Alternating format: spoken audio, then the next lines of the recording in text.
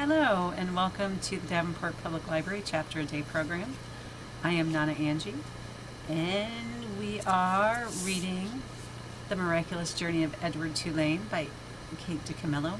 I'm so glad that you're reading this book with me. It's one of my favorites.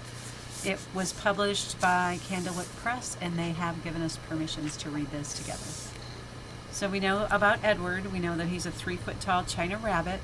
He has his eyes painted on. He's got long bendable ears, and he and his family, Abilene and the rest of the Tulanes, have gone on an ocean. They've gone on a ship on the ocean. Now, when we left off, bad things had just happened. Edward had gotten into the hands of some rowdy boys who somehow managed to get Edward thrown overboard. So here's the picture of Edward sinking down to the bottom of the sea. Have you been as worried about Edward as I have? Because I have been really stressed about this poor little rabbit. So let's read the very end of the last chapter. Edward went down and down. He said to himself, well, if I'm going to drown, certainly I would have done it by now. Far above him, the ocean liner with Abilene aboard it sailed blithely on, and the China rabbit landed, finally, on the ocean floor, face down, and there, with his head in the muck, he experienced his first genuine and true emotion. Edward Tulane was afraid. Okay, so here's chapter 7. Looks like a crazy wild sea. He told himself that certainly Abilene would come and find him. This, Edward thought, was much like waiting for Abilene to come home from school. I'll pretend that I am in the dining room of the house on Egypt Street, waiting for the little hand to move to the 3 and the big hand to land on the 12. If only I had my watch, then I would know for sure. But it doesn't matter. She will be here soon. Very soon. Hours passed, and then days, and weeks, and months. Abilene did not come. Edward, for lack of anything better to do, began to think. He thought about the stars. He remembered what they looked like from his bedroom window. What made them shine so brightly, he wondered, and were they still shining somewhere even though he could not see them? Never in my life, he thought, have I been farther away from the stars than I am now. He considered, too, the fate of the beautiful princess who had become a warthog. Why had she become a warthog? Because the ugly witch turned her into one, that was why. And then the rabbit thought about Pellegrina. He felt, in some way that he could not explain to himself, that she was responsible for what had happened to him. It was almost as if she, and not the boys, had thrown Edward overboard. She was like the witch in the story. No, she was the witch in the story. True, she did not turn him into a warthog, but just the same, she was punishing him, although for what he could not say. On the 297th day of Edward's ordeal, a storm came. The storm was so powerful that it lifted Edward off of the ocean floor and led him in a crazy, wild, spinning dance. The water pummeled him and lifted him up and shoved him back down. Help, thought Edward.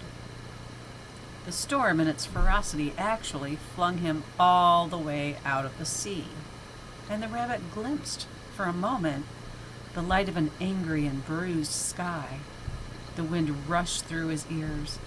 It sounded to him like Pellegrina laughing. But before he had time to appreciate being above the water, he was tossed back down into the depths. Up and down, back and forth he went, until the storm wore itself out. And Edward saw that he was beginning, again, his slow descent to the ocean floor. Oh, help me, he thought. I can't go back there. Help me. But still, down he went. Down, down, down. And then, suddenly, the great white nun of a fisherman reached out and grabbed the rabbit.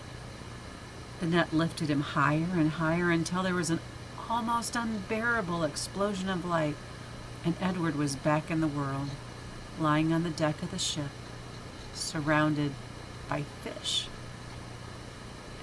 What's this?" said a voice. "Ain't no fish," said another voice, "that's for sure." The light was so brilliant that it was hard for Edward to see, but finally shapes appeared out of the light, and then faces, and Edward realized that he was looking up at two men, one young and one old. "Looks like some toy," said the grizzled old man. He bent and picked Edward up and held him by his front paws, considering him. "A rabbit, I reckon. It's got whiskers and rabbit ears, or the shape of rabbit ears, at least." "Yeah, sure, a rabbit toy," said the younger man, and he turned away. "I'll take it home to Nellie. Let her fix it up and set it to rights. Give it to some child." The old man placed Edward carefully on a crate, positioning him so that he was sitting up and could look out at the sea. Edward appreciated the courtesy of this small gesture, but he was heartily sick of the ocean and would have been satisfied to never set eyes on it again. "There you go," said the old man. As they made their way back to shore, Edward felt the sun on his face and the wind blowing through the little bit of fur left on his ears, and something filled his chest. A wonderful feeling. He was glad to be alive. "Look at that rabbit," the old man said. "Looks like he's enjoying the ride, don't it?" Yep," said the young man. In fact, Edward Tulane was so happy to be back among the living that he did not even take umbrage at being referred to as an it. Oh my gosh, poor Edward. I can't believe he was under the sea for 270 some days. I don't remember. 278? That is so long. And then finally he got rescued, so that's good. So we can quit worrying so much about him. I wonder if he'll ever get back to Abilene. We'll have to see next week when we start on chapter 8 and we see what his adventure with the fisherman becomes. So thank you for joining us, and we shall see you on the next week.